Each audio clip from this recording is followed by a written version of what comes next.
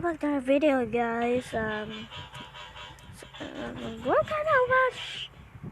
Up. Yup, you see the immortal. You are immortal. Yeah. Who is immortal? Is that you?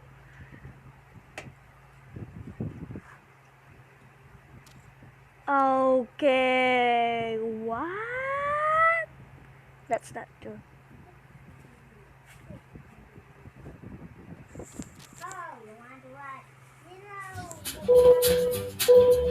Oh my god, guys, have you listened to the new Lady Gaga song? Oh my god, I love it. Oh my gosh, me too. Wait, I haven't heard it yet.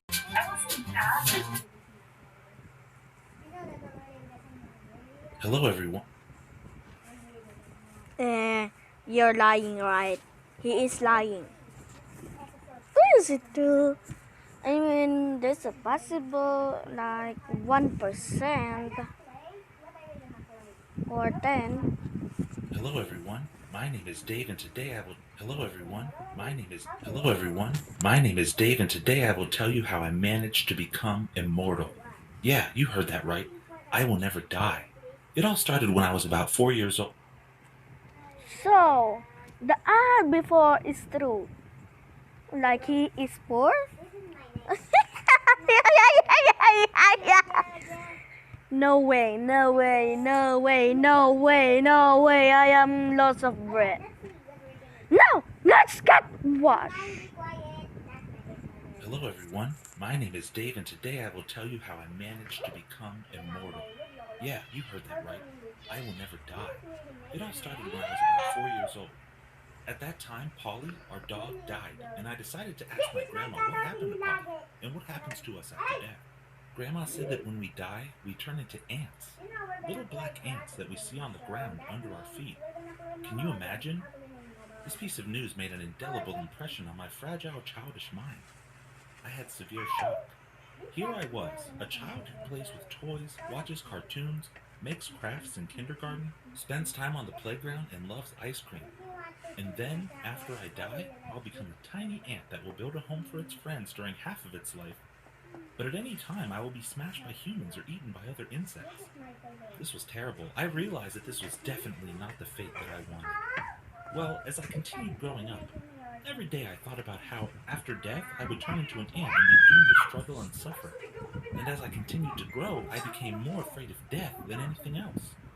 I also became very interested in ants, their life expectancy, and their everyday activities. In short, I was trying to prepare for my reincarnation in every possible way. As I got older and my brain absorbed more and more information, I realized that it wasn't necessary to die at all.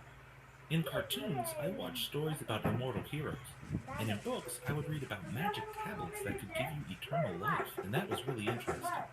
But at the same time, I was seriously puzzled. I tried thinking about where I could find a magic potion that would help me defy the laws of the universe and become immortal. I began to study all about immortality. And if he become a god, if he is immortal now, no one can stop him. Wait, but if he's immortal and burnt down like little pieces but ash, only ash, he's still alive and still can see, don't see and can speak, but he's still alive, and you don't want to be immortal. That's like when you burnt, you won't think you burnt like into ashes the things, the dust, and you can't do anything else. You can't heal. What you will do? Eternal life, but for some reason, everything I could find was written like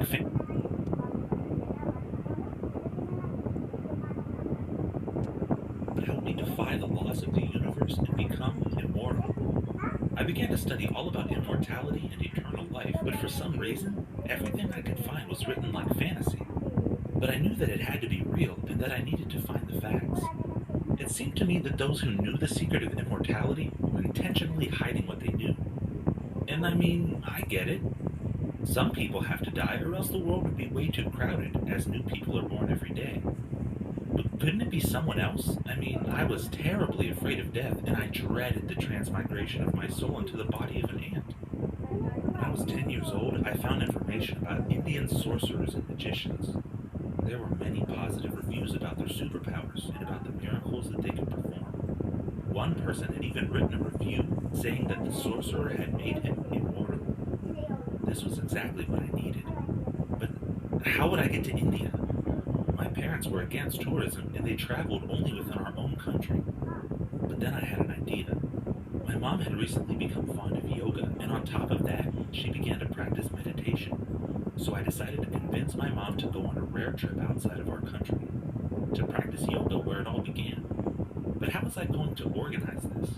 I racked my brains for weeks thinking of how I could convince my mom to not only go on a yoga tour to India, but to also take me with her. For the next few months, I constantly planted brochures around her and subscribed her to email lists about yoga and vacations to India.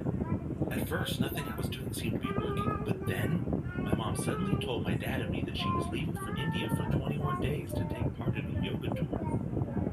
I was so shocked that I cried out, "And how about me?" My parents looked at me in surprise and asked what I was talking about. Then I had to immediately come up with reasons for why I should go on the trip with my mom. I told them that I had been fond of yoga for a long time and that it would be interesting and exciting to go on this tour with her. This news really threw my parents off. To just about anyone, yoga and I would seem completely incompatible. But even so, somehow my parents decided to support my interests and give me a chance. So they bought me a second ticket. I was so glad that my efforts were not in vain, and in about a week I was going to fly to India. India welcomed us warmly and cheerfully. I would never have thought that this country would be so hospitable. Everything was just great, except that I had to do yoga and meditate together with the tour group.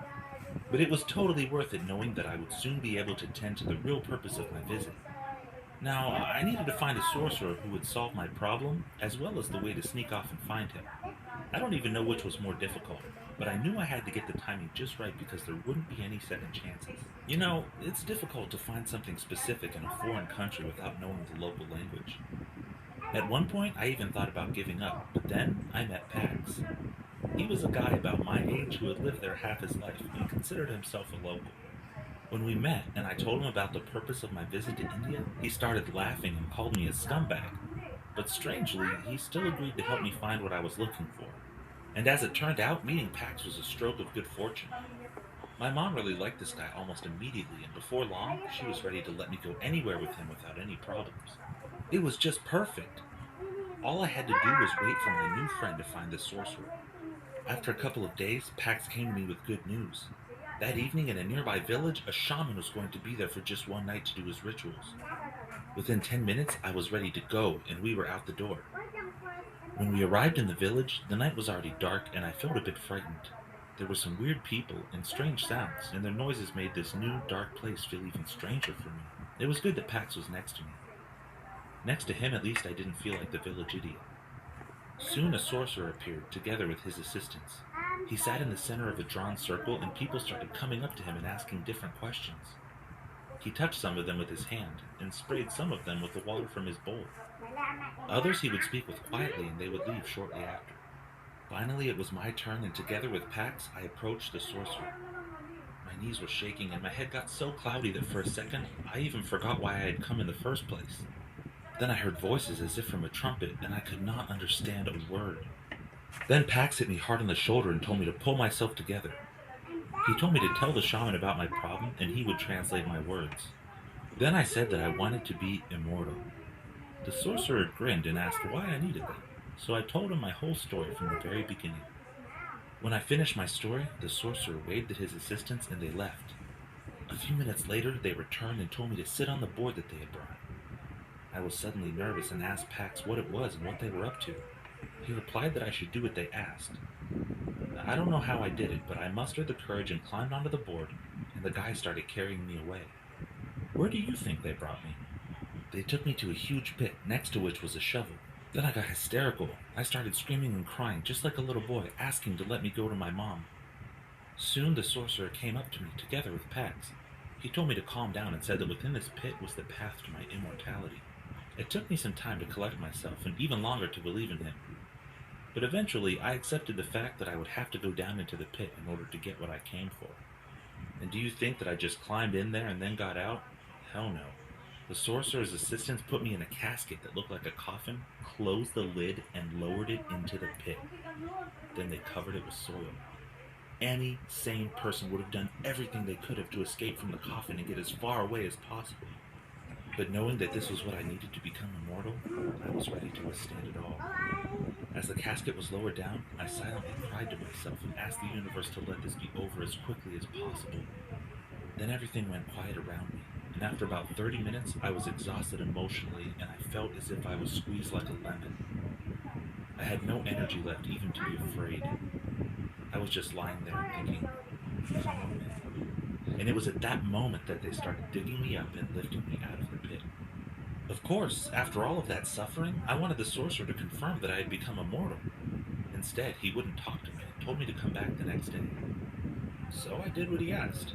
The next day I went to the same village with Pax, my friend and interpreter. The sorcerer joyfully welcomed me and asked if I still wanted to live forever. I answered that I did. Then the old shaman explained to me that the day before I actually had become immortal. He told me to remember what I was feeling while I was lying in the casket. Then he told me that the detachment that I felt at the very end would remain with me forever when I merged with the universe. In the evening, I thought a lot about his words and listened to my inner voice and realized that I actually understood the meaning of immortality. And from that moment on, my life began to play out in fresh colors. I stopped living in constant fear and preparing for my demise. For the first time in my life, I decided to just live and enjoy every day. The rest of the tour was just great. I hung out with Pax every day on the beach and played volleyball. He also taught me how to do chaturanga and play chowpar. I felt sad that there was so little time left, but I hope to return there next year. Would you like to live forever? Why? Share your answers in the comments, and I'll be grateful if you click on the thumbs up button under this video and subscribe to our channel. Is that a lie? I know it's a lie. The one he told is no one immortal is a lie. And I don't wanna tell you that what I need to tell you that.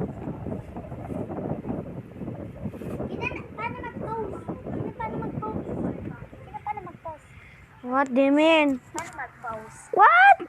Yung ganyan, paano mag-pause? Pakita mo sa akin. Gonna do something. Gonna post something. Bye guys. Bye guys.